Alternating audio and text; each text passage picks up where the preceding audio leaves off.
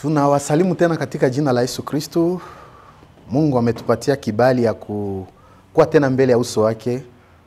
Sifa ni zake.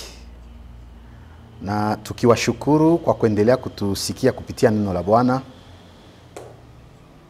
Siku zilipita tulizungumza juu ya Naboti kakubali kufa kwa ajili ya kutokupana urizi wa shamba lake.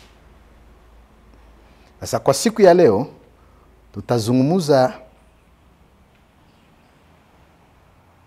neno la Bwana likamjia Eliya mtibishi kusema, Eliya kutumwa kwa Ahabu. Baada ya Naboti kuuawa, ilikuwa mpango ya Yezebeli. Aliambia mume wake, acha mimi nifanye hiyo mpango. Tulizungumza hivyo kufikia kwa lengo, akaandika barua na kusingizia Naboti kama alitukana Mungu pamoja na mfalme.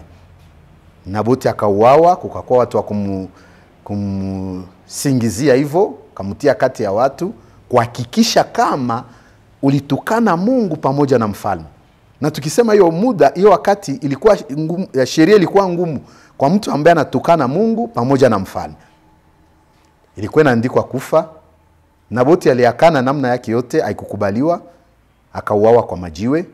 Kisha Naboti kufa, Yezebeli aliambia mume wake, sasa enda ukarizi shamba lake kwa kuwa yupo tena. Na mfalme alienda akarizi hiyo shamba. Lakini kuna neno tunaweza kufanya hapa chini ya jua. Tunawaza kama hakuna ambaye atatuhukumu, hakuna ambaye kwa anatuona, lakini Mungu wa mbinguni ajua vyote na Mungu wa mbinguni aona vyote. Na ndiye sababu watu wa Mungu inatubidi tuishi katika maisha ya utakaso. Tufanye yaliyo mema mbele ya Bwana. Tufanye yaliyo pendeza Bwana. Tufanye yaliyo neno la Mungu linatuomba. Sasa kwa leo tunasema tutaona matokeo ambaye yaliyotokea kwa ajili ya Ahabu pamoja na mke wake kwa kuua Naboti. Ndio tunasema hapo kichwa la neno linasema Eliya kutumwa kulaani Ahabu. Mungu akatuma Eliya enda ulaani Ahabu nyuma yekui kuwa Naboti. Hayo na neno liko hapo katika kitabu cha Mfalme wa Kwanza 21 sura yake ya 14 kufikia 23. Tutasoma neno la Bwana. Neno la Bwana likamjia Eliya mtibishi kusema, ondoka ushuke ukutane na Ahabu mfalme wa Israeli akae katika Samaria. Yuko katika shamba la mizabibu la Naboti. Ndiko aliloshukia ili alitamiliki.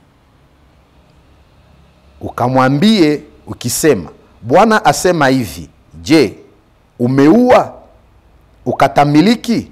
Nawe utamwambia, Bwana asema hivi, mahali pale mbwa waliporamba damu ya Naboti, nawe mbwa watakaramba yako. Ahabu akamwambia Eliya, je, umenipata wewe adui yangu? Akamwambia, nimekupata kwa sababu umejiuza utenda yaliyo mabaya machoni pa Bwana. Nitaleta mabaya kwa ajili yako. Nitakuangamiza kabisa. Nitamkatia Ahabu kila mume alifungwa na aliyeachwa katika Israeli. Kisha nitafanya nyumba yako iwe kama ya Yeroboamu mwanawe Nebati, na kama nyumba ya Bahasha mwana wa Ahiya, kwa ajili ya chukizo ulilochukiza, hata kunigazibisha ukawakosea wa Israeli. Tena Bwana anena habari ya Yezebeli akisema, mbwa mbwa watamla Yezebeli katika kiwanja cha Yerzeli. Hayo niyo maneno ya Mungu tunatamani kwenda kuzungumza. Yalikuwa jambo ya Mungu kutuma Eliya kwa Ahabu.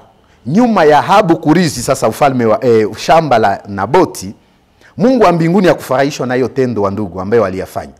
Kila wakati mtumishi wa Mungu ama Mkristo yabidi tufanye tendo ambaye yapendeza Mungu, tendo ambaye yaelekea na neno la Mungu. Wakati tunajua kama tangu zamani kuamri 10 za Mungu wanasema usiue, lakini Ahabu na mke wake walipanga mpango ya kuua Naboti na wakamuua kwa ajili ya shamba lake. Mungu wa mbinguni akaona hiyo sura, akufurahishwa nayo. Sasa akatuma Eliya kwenda kulaani Ahabu. Tumefanya dhambi, lakini nyuma ya dhambi kuna laana toka kwa Mungu. Mungu akatuma Eliya kwenda kulaani Ahabu. Juu alikuwa amekwisha kuingia kwa hiyo shamba ya Naboti kwenda kuyakurizi hiyo. Mungu akasema, ondoka ushuke, utanena na Ahabu mfalme wa Israeli akae katika Samaria, yuko katika shamba la mizabibu la Naboti, ndiko aliko shukia ili aitamiliki. Sewa wende umtamkuta hapo mfalme wa Israeli aka hapo katika Samaria, iko hapo kwa shamba ya Naboti. Alishuka hapo juu amiliki hiyo shamba la Naboti. Shamba haikuwa yake, shamba ilikuwa urizi wa Naboti. Naboti alikataa kumpa hiyo shamba kwa kusema kama ni urizi wa wababu wangu, lakini akakusudia kwa kumuua. Eliya alipofika, alipoenda hapo, Mungu akamwambia na shurti ambaye atakayefanya. Ukamwambie ukisema, Bwana asema hivi, je, umeua ukatamiliki? Nawe utamwambia, Bwana asema hivi, mahali pale mbwa walipo ramba damu ya Naboti, nawe mbwa wataramba damu yako. Wende ukamwambie, unaua na unarizi shamba la Naboti.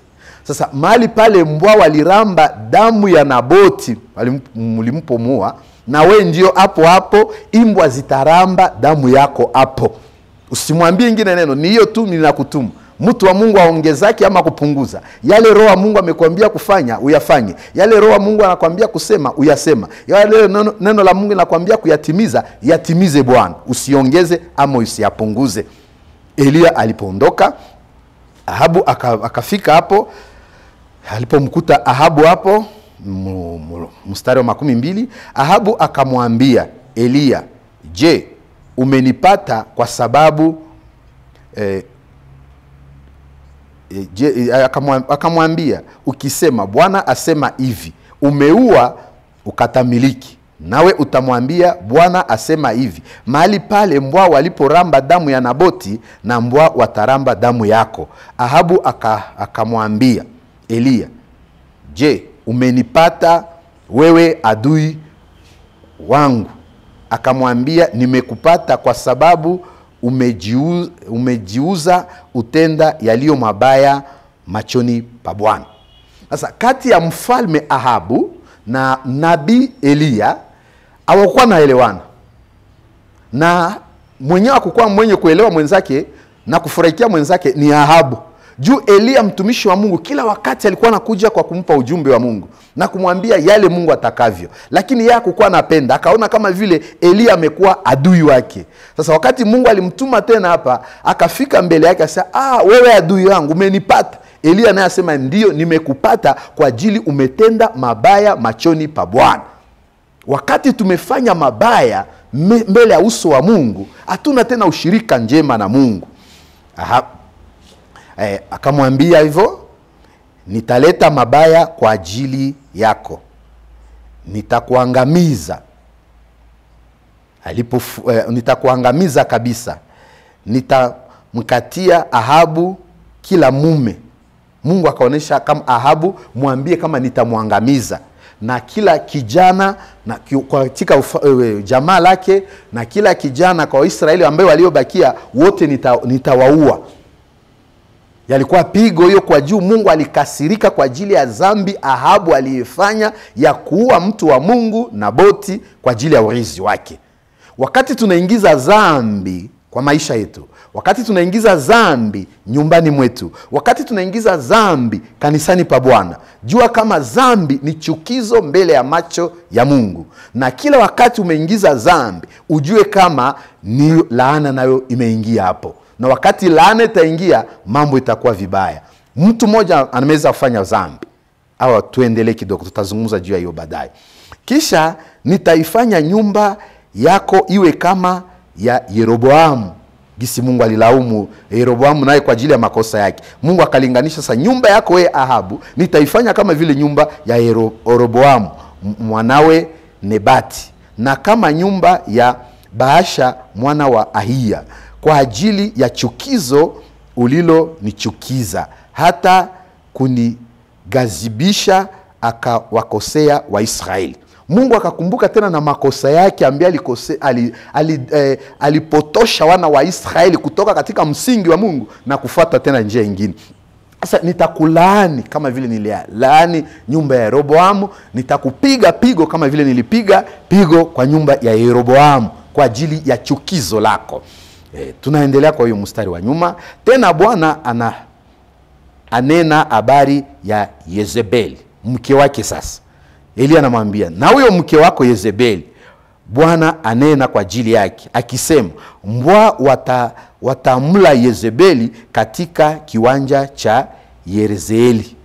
Ati imbwa zitakula mke wako katika kiwanja cha Yerezeeli. Kwa ajili ya nini? Kwa ajili ya hiyo matendo, mipango mliyapanga mkafikia kwa lengo ya kuua Naboti mtu wa Mungu.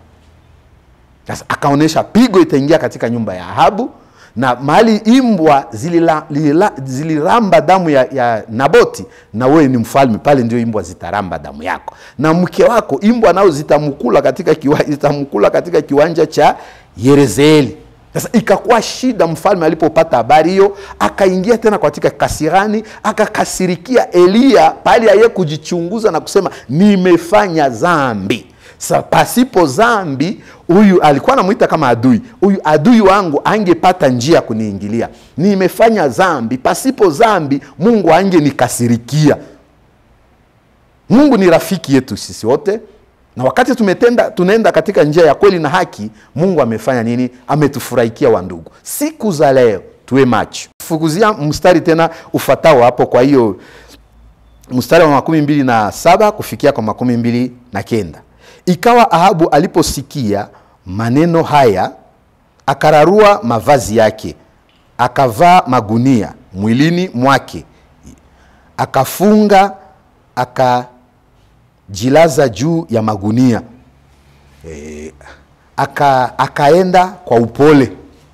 Neno la Bwana likamjia Eliya kusema, uoni jinsi Ahabu alijizili mbele yangu? Basi kwa sababu ya hiyo sitayaleta tena mabaya katika siku zake, ili katika siku za mwanawe nitayaleta mabaya hayo juu ya mabaya yake. Mungu atusaidie. Hapa sasa wakati alipopata hiyo ujumbe ya kusema kama imbwa kwa makosa uliyofanya, Mungu anasema hivi, pale imbwa liziramba damu ya Naboti, na yako itafikia hapo. Na huyo mke wako Yezebeli naye vile vile imbwa zitamla. Sasa Ahabu akanyenyekea, akavaa magunia. Bwana Yesu asifiwe sana. Neno la Mungu ni fimbo. Neno la Mungu ni kisu. Wakati imekuchoma, inafaa uwe na moyo wa unyenyekevu, moyo wa kukumbuka kama nilifanya makosa. Sasa hii siku nakuta kanisa hatuna moyo wa woga wa kuogopa Mungu. Hatuna moyo wa woga wa kujua kama njia niko ndani, Mungu iko ameniona. Hii njia hiyo tendo nimefanya, Mungu ameniona. Siku ya leo nimekuja fujo katika watu wa Mungu. Siku ya leo imekuwa fujo katika kanisa la Mungu. Acha wa ndugu tuwe macho. Siku zimekwisha. Siku zimebaki ni siku mbovu. Ni siku ya kutafuta upatanishi kati yako wewe na Mungu. Ni siku ya kanisa kutafuta upatanisho kati yako na Mungu. Tukiyafanya yale Mungu ametaka kwa ajili ya maisha yetu. Ahabu akanyenyekea, akavaa magunia. Ndio neno la Mungu linatuambia hapo. Alipovaa magunia, akaondoa nguo ya ufalme, akavaa magunia, akalala chini, akaenda kwa upole. Neno la Mungu linasema akaenda kwa upole. Alikuwa ametombokea Eliya, ameona kama wewe adui yangu, wewe umenipata. Lakini wakati alisikia hiyo neno kama Mungu ameandaa mabaya kwa ajili yake na jamaa yake, alinyenyekea, akaenda kwa upole. Ndugu, nyenyekea. Mtu wa Mungu, nyenyekea na uende kwa polepole. Tuna mzigo wa Yesu, yatufaa tutembee kwa upole, twende kwa upole, tuseme kwa upole, tufanye kazi yote kwa upole, tupendane Bwana, tushirikiane, tutii wanaotuongoza, tuheshimu waume wetu, tuheshimu wake wetu, tupende watoto wetu kwa upole, na ndiye siku moja tutaona ufalme wa mbingu. Bwana Yesu asifiwe sana. Neno la Mungu, Eliya kaenda, kafika naye Mungu akamwambia Eli, nimeona namna mfalme Ahabu amenyenyekea. Sasa kwa kunyenyekea kwa Mungu anapenda nini? Wakati ulipotea katika dhambi, ukijitambua na kurudi katika uso wa Mungu, Mungu nimekosea, na Mungu atakusamehe. Alivaa magunia, akanyenyekea. Mungu anaambia Eliya, sasa wewe ondoka tena, urudi. Wende mwambie hiyo laana haitakuwa tena katika ufalme wake. Mimi iko sawa vile Mungu akaonesha kama sitampiga hiyo pigo kwa kuwa amenyenyekea, lakini nitachungwa kwa wakati wa mtoto wa ufalme, mtoto wake atachukua ufalme, ndiye nitampiga hiyo pigo. Lakini kwa leo yeye sitampiga hiyo pigo. Hiyo pigo itakuwa hiyo wakati. Mungu hakutoa dhambi, lakini unaona dhambi ilifanywa na Ahabu, lakini ilikuwa kufika kusema mtoto wake ndio atafanya malipo ya hiyo dhambi. Matokeo ya dhambi ipo katika maisha yetu. Sasa usiwazi wakati umefanya dhambi, umejifurahisha mwenyewe, lakini uwe unajua kama shida itafuatilia jamaa langu, shida inaweza kufuatilia watoto wangu, shida inaweza kufuatilia nchi yangu, shida inaweza kufuatilia kanisa la Bwana. Mungu atusaidie. Sasa siku za leo, matokeo ya dhambi hiyo tuwe tunaijua. Kanisa la Bwana, watumishi wa Mungu, waimbaji wa Mungu, wakristo wa Mungu, mutembee kwa kunyenyekea polepole. Mufanye kazi ya Mungu kwa furaha,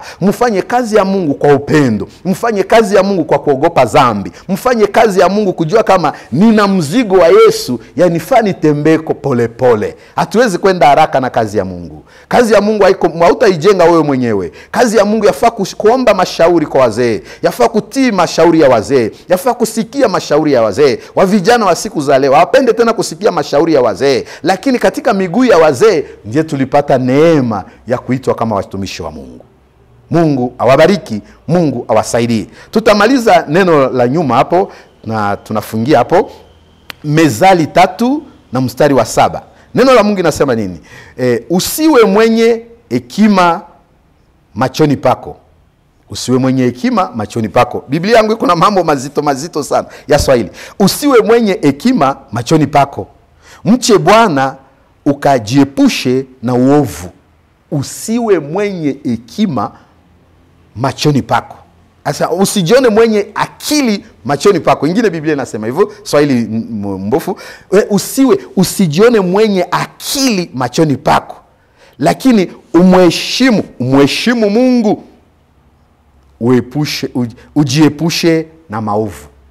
Siku ya leo haiko siku ya kutembea kwa maovu. Ni siku ya kuwa usijione uko na hekima. Ni siku ya kumheshimu Mungu na kujiepusha na dhambi. Dhambi imeua, dhambi imeharibu dunia, dhambi imetoa mtu katika heshima lake, dhambi imetosha mtu katika kiti cha ufalme, dhambi iliondoa Adamu na Eva katika bustani wa Edeni na Mungu akiwafukuza. Acha tusichezee dhambi kwa siku hizi za mwisho. Dhambi ni mbaya ndugu. Dhambi imeleta laana. Ahabu akapata shida. Na tukisoma tena hapo tunasikia kama Yezebeli naye alikufa kifo cha ghafla hivyo, damu yake ikamwangika hapo.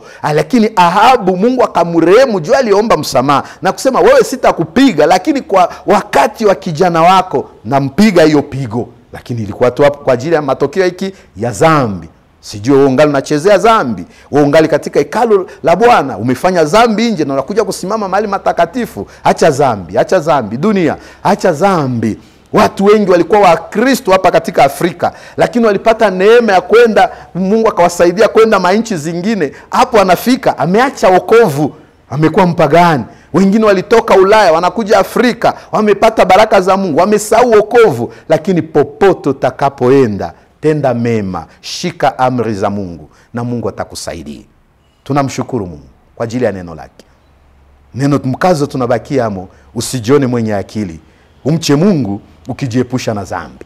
Dhambi inaua, dhambi imeharibu, dhambi inakata upatanisho wetu na Mungu. Dhambi itatuma tuone Mungu kwa siku za leo. Watu hawaogope dhambi, watu wamechezea neno la Mungu. Sasa Mungu awabariki na Mungu awasaidie. Kwa neno hili fupi kwa asubuhi ya leo, tutaenda kuomba Mungu. Tunakushukuru Mungu kwa kuwa mtakatifu. Tunaliombea neno lako kwa watakatifu, wasaidie, wajalie neema. Wengi hizi siku shetani amewafunga. Dhambi zimetawala ulimwengu, dhambi zimeangamiza ulimwengu, dhambi zimepotesha ulimwengu. Watu wamefanya dhambi wajue tena laana kama iko katika dhambi. Samee ulimwengu, samee watakatifu, samee kanisa, samee watumishi wako, samee waliokuwa Wakristo wamepotea, samee waliokuwa watumishi wako wameacha kazi yako, samee watu wamefanya madivorce usiku na mchana, wamesahau ahadi zako. Mungu samee ulimwengu, Mungu samee Bwana, usituachilie, utushike tena mkono. Shida ni nyingi, matatizo ni nyingi, watu wamelia, ugumu wa maisha, lakini watu waogope dhambi. Samee mwamba matokeo ya dhambi.